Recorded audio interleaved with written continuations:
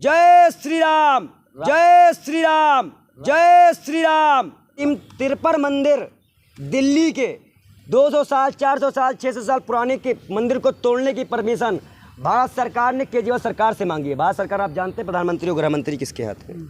तो आप आरएसएस वाले से पूछो जो हमको लोग कहते हैं पाकिस्तान चले जाओ। ये हिंदू आस्था मुस्लिम आस्था का प्रश्न नहीं है। आप इस चीज को समझना क्यों नहीं चाहते? मतलब है 2024 के चुनाव से शिवजी भांग नशा धतूरा से दूर रहते थे। क्या ये सही है? कोई भी इस तरह की जो घटना करते हैं, किसी की धार्मिक आस्थाओं को ठेस पहुंचाते हैं, ऐसे लोगों को आजीवन कारावास भेज देना चाहिए। चाहे वो हिंदू समाज में हो, मुस्लिम समाज में हो, किसी भी के धर्म के खिलाफ बोलना, किसी भी देवताओं का अपमान कर देना। लेकिन मेरा मानना ये है कि अगर वो पिक्चर लगाई गई, पूरे हिंदुस्तान को दिखाया गया नफरत फैलाने के लिए, तो सेंसर बोर्ड, भारत सरकार इस चीज़ की जिम्मेदार होगी, इस दंगे की जिम्मेदार होगी।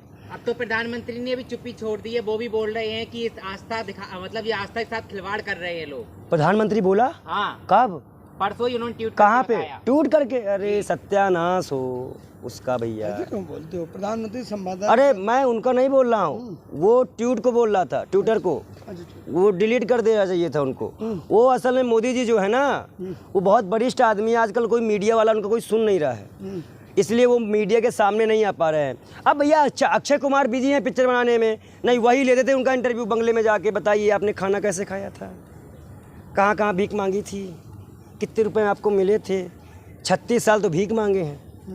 अब पता नहीं किस हिसाब से भीख मांगे, आज तक ना मालूम चला।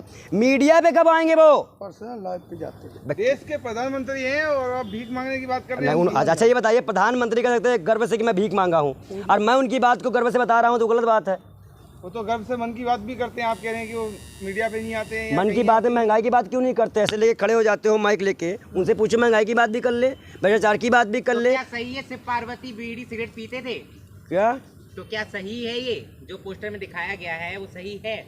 उस टाइम पे सिगरेट चलती थी, पूछो कोई से। नशा तो करते थे ना? नहीं, कौन कह रहा नशा करते थे? कौन? शिव जी भांग पीते थे। कौन भांग पीते थे? शिव जी भांग नशा धतूरा से दूर रहते थे। कांवड़ जो लेने जाते हैं वो हुक्का पीते हैं। अरे देखिए, धर्म भगवान की चीज़ों को किस तरह से आज के हमारे नरसिंहानंद जैसे जब महागुरु होंगे ना, तो कुछ दिन में वो कह देंगे कि सब कुछ करते थे। लेकिन हिंदू आस्था तो ये उसी में घुसी पड़ी है ना। देखिए, हिंदू आस्था मुस्लिम आस्था का प्रश्न नहीं है। आप इस चीज़ को समझना क्यों नहीं चाहते? मतलब है 2024 के चुनाव से, मतलब है बेरोजगारी, महंगाई, भ्रष्टाचार से ध्यान हटाने के। देखिए, आज ये पोस्टर लागू हो गया, प्रधानमंत्री जी की ट्वीट आ गई। प्रधानमंत्री जी को लाइव आगे बोलना चाहिए कि ओ बेशर्मो, सबका साथ सबका विकास। अगर एक भी आदमी मैंने धर्म के नाम पे चूं ची चा की ना, तो सीधा यहाँ से भेजेंगे पाकिस्तान। लेकिन वो फ्रीक विज्ञानी खाने खुद ही पाकिस्तान जाते हैं, उनको खुद ही मजा आता है। क्या है पाकिस्तान भेजेंगे? वहाँ पे क्या सुख शांति मतलब एक स्वर्ग है क्या? ये तो आप आरएसएस वाले से पूछो जो हमको लोग कहते हैं पाकिस्तान चले जाओ। पाकिस्तान में तो कभी उनसे पूछो आप जाके। पाकिस्तान में तो कोई ऐसा नहीं बोलता कि हम भारत भेजेंगे। आपको मैंने क्या बोल रहा हूँ, जब हम लोगों को वो कह सकते हैं तो हम प्रधानमंत्री की बात कह के ले जा रहे हैं। और प्रधानमंत्री जी जिस तरह से युवा का अपमान, जिस तरह से किसानों का अपमान, और जितना हमारे हिंदू धर्म का अपमान इस भाजपा के सरकार में हुआ है ना, उतना आज तक कभी नहीं हुआ। एक कॉरिडोर बनाया जाता है बनारस में, 322 शिवलिंग तोड़ दी जाती है, लेकिन उसके लिए कोई स्थान नहीं मिला यूपी में, ना उसको स्थापना की गई, ना उसका मंदिर बनाया गया, और वो तोड़ दिया गया।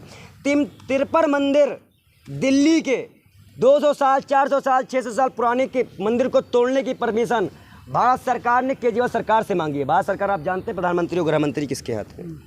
ये दिशा है। और हमारे युवा जय श्री राम, राम को पढ़ो। राम को पढ़ने के बाद कोई भी हिंदू युवा नाजायज तलवार उठा किसी गर्दन काटेगा तो पहली गर्दन दूंगा मैं अपनी। वैसे भी धमकियाँ आ ही रही, गर्दन तो कटेगी ही। कौन सी धमकी आ रही है आपको? क्या धमकियाँ आ रही हैं? हमको धमकी आ रही है कि उदयपुर वाला कांड दोहराएंगे तुम्हारे साथ। कौन दे रही है? और ये जिसने दिया है उसने सावरकर का नाम भी लिखा है डीएम में। उसने सावरकर का नाम लिखा कि तुमने सावरकर को गलत बोला। अब हम माफी वीर को माफी वीर ना बोले तो क्या बोले? इसका पहला मुकदमा ही रेप के नाम पे अंग्रेजों ने दर्ज किया था, तो जेल में रह के माफी मांगा हो। इसने मुस्लिम लीग को अंग्रेजों से यह कहा कि मुसलमान नहीं सही, लेकिन अंग्रेज तुम रह जाओ। इसके इतिहास के ऐसे काले काले पन्ने हैं जो इतिहास अगर आप दिखाएं आपको तो बहुत बड़ा इतिहास हो जाएगा। काली माता हो, शिव जी हो, गणेश भगवान हो, हनुमान जी हो, इनकी बड़ी आस्था है। हर जगह इनकी पूजा होती है। काली माता पे प्रसाद चढ़ता है, सुपारी एक तलवार से, बड़ी परंपराएं हैं धर्मों में। आज उस परंपराओं को सड़कों पे लाया जा रहा है राजनीति करने के लिए। शर्म नहीं आ रही है देश की जनता को? आज क्या भगवानों को भी राजनीति में लाके बटोरना चाहते हो क्या?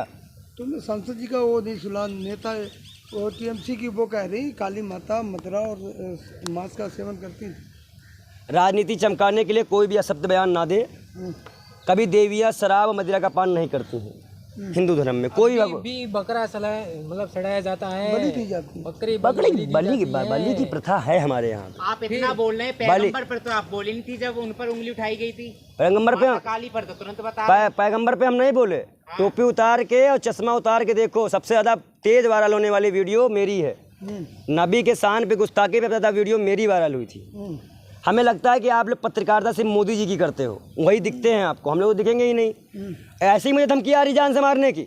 लेकिन एक पंडित जी एक बात बताइए, आज जैसे 17 कंट्री, 1 मिनट, 17 कंट्री में चली है वो वीडियो और एक संदेश गया इस हिंदुस्तान से कि संत को भी तकलीफ है। बहुत वायरल, उसकी मीम हजारों तो मीम बन चुकी है। आप बोलते बोलते नहीं है। हमसे बार बार सवाल किया जाता है, आप हिंदू के लिए नहीं बोलते, कोई कहता है मुसलमान के लिए नहीं बोलते। हम पूरे हिंदुस्तान के लिए बोलेंगे और जो गलत होगा उसके खिलाफ बोलेंगे। मान क्यों लेते? शिव जी भांग खाते, भांग का नशा करते थे। शिव जी जब आपका समुद्र मंथन हुआ था तो उससे विष निकला था, उन्होंने विष का पान किया था। विष पान में उनके गर्दन पे, गले पे जलन हुआ करती थी। उस जलन को मिटाने के लिए वो भांग का सेवन करते थे। भांग का माँ काली भी तो सेवन करती है, मांस मदिरा का सेवन करती शर्म है। बेशर्मी वाली बात मत करना। आप लास्ट बार बता रहा हूँ, कोई भी देवी देवता देवी हमारे यहाँ पे बलि चढ़ाई जाती है ना, हमारे बलि की बात है, लेकिन कोई भी देवी हमारे यहाँ मदिरा पान नहीं करती है। अगर किसी चीज जब नहीं करती है तो बलि क्यों चढ़ाई जाती है? क्या अगर किसी ये परंपरा है, ये परंपरा है। इसीलिए मैंने बकरीद में कहा था, बकरीद के बयान मेरा एक बयान आया कि अगर किसी भी हिंदू आस्था मुस्लिम आस्था को चोट पहुंचती है बलि से तो सारी प्रथा का एविडेंस कानून ले आया जाए और कानून से सारी बलियां बंद कर दी जाए कि ना हिंदू धर्म में बलि होगी ना मुसलमान धर्म में बलि होगी और ये खून कत्ल करार बंद हो जाएगी। मतलब वेर भाव है, अगर वो बकरा काटेंगे तो हम भी काटेंगे। देखिए बात ये नहीं है, बात इसे राजनीति कर दिया गया है। और पहली बात, जीव दया मात्र पर आपको मतलब ऐसा नहीं होता फील के भाई देखिए मेरा मानना ये है कि ये है आधुनिक भारत। अब आधुनिक भारत में परंपरा प्रथा चलती आई है, उन प्रथा परंपराओं पे ही लोग चले हैं। लेकिन आज प्रथा परंपरा को राजनीति से जोड़ दिया गया है। सारी प्रथा परंपरा जो है का हिंदू के अगर हिंदू कोई काम करता है और भाजपा का हिंदू काम करता है, सबसे बड़ी बात तो ये क्या भाई, ये भाजपा के हिंदू कहाँ से आ गए अलग बीच में? मैं बता रहा हूँ भाजपा के हिंदू कैसे। जैसे हम जो हिंदू हैं वो हम हिंदू नहीं हैं। अच्छा, अगर हम भाजपा का सपोर्ट करेंगे तो हिंदू है। लेकिन एक बात बताइए, आप पंडित जी हैं, आप खुद एक मंदिर के पुजारी भी होंगे, क्या बलि चढ़ाने से हिंदू देवी देवता खुश हो जाते हैं क्या, या पंडित जी खुश होते हैं? देखिए भगवत गीता में तो श्री कृष्ण ने एक आंसू चढ़ाने की भी अपनी मांगता पूरी कर ली है कि श्रद्धा से मुझे अगर कोई एक आंसू चढ़ा दे तो मैं बहुत खुश हूँ। देखिए मैं जो इस तरह से हिंदू धर्म को, भगवत गीता को, रामायण को इस तरह से पढ़ा हूँ, उस हिसाब में अगर आप देखें तो जिस इंसान के पास कुछ नहीं होता और मूर्ख लोग ज़्यादा करते हैं अली बली का काम। अच्छा साक्षी महाराज पाखंडवाद है ये। 2.5 साल के बच्चे को बलि चढ़ा दे। अभी शारदा माता के नाम पे देवी की बलि चढ़ाई गई 2.5 साल के बच्चे की, जो कि हमारे यहाँ नारियल चढ़ाया जाता है, नारियल चढ़ाया जाता है बलि के नाम पे। तारा रानी कथा सुन ले जाके, जागरण में तारा रानी कथा होती है, कैसे नारियल चढ़ाते हैं लोग। धानु भगत ने अपने वहाँ नारियल चढ़ाया गया था। ये सब चीज़ें देखिए ना, देखिए धर्म परंपराओं को भी मतलब एक सिर की तरह माना जाता है, उसके दुआ की होती है। नहीं, मैं हमारे कहने का मतलब जैसे क्या हुआ था, देखिए हम बताएं। बकरीद में इस्माइल अलैहिस्सलाम को ये ऊपर से आवाज़ आई कि सबसे प्रिय चीज़ दान करो, तुम्हारी सबसे प्रिय। तो उनका बेटा था इब्राहिम अलैहिस्सलाम, उन्होंने उसकी कुर्बानी देने की ऊपर से कहाँ से आवाज़ आई? अल्लाह ने आवाज़ दी। अच्छा, भगवान ने आवाज़ दी। अच्छा, भगवान ने। ठीक। अब उन्होंने सबसे पहले जो उनका बेटा था उन्होंने कुर्बानी देने की नियत बांध ली, आगे पट्टी बांधे कुर्बानी दिया तो वहाँ बकरा आ गया। मैं मुसलमान के यहाँ भी हर एक इंसान के दिन, एक बकरीद के दिन एक बलि इंसानों की होती है।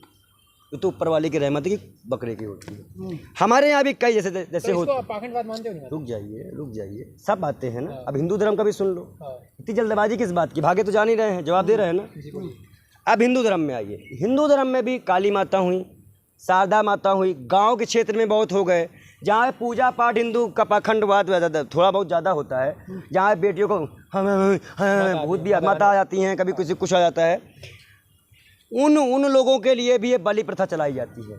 और ये अधिकतर वही लोग होते हैं जिनको धर्म की 1 रुपए की नॉलेज नहीं होती। कहीं भी आप देखिए रेप करते हुए पकड़े जाते हैं, कहीं आप देखिए ज़बरदस्ती मारते हुए पकड़ जाते हैं। किसी का बच्चा नहीं हो रहा है तो उसके नाम पाखंड सामने आता है। आश्रम खोलते हैं उन्हीं हाँ, बस वही।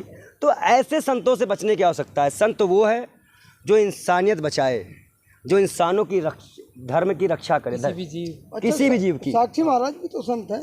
हैं? साक्षी महाराज भी तो संत हैं, आप उनकी बात मानते नहीं हैं। साक्षी महाराज जी जो हैं ना वो संत हैं ना वो एक अच्छे सांसद हैं ना। पहली बात तो वो एक अच्छे इंसान ही नहीं है। ऐसा कैसे बोल आप सकते हैं? क्यों मैं बता रहा हूँ, मैं बता रहा हूँ ना उंगली कैसे उठा सकता हूँ। साक्षी महाराज को तब नहीं दिखा जब हमारे किसान कुचला गया। साक्षी महाराज को तब नहीं दिखा। अच्छा ये बताइए, दलित की वह बेटी कुलदीप सेंगर का केस था, क्या वो हिंदू लड़की नहीं थी?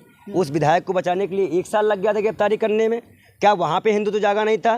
क्या जो आज कन्हैया कुमार की हत्या के लिए हम पूरे हिंदुस्तान को घेर रहे हैं, क्या भाजपा के कार्यालय नहीं घेरना चाहिए? साक्षी महाराज ने कहा हम नुपुर शर्मा के साथ हैं। कौन? साक्षी महाराज। तो गोबर भक्त के ही साथ होगा।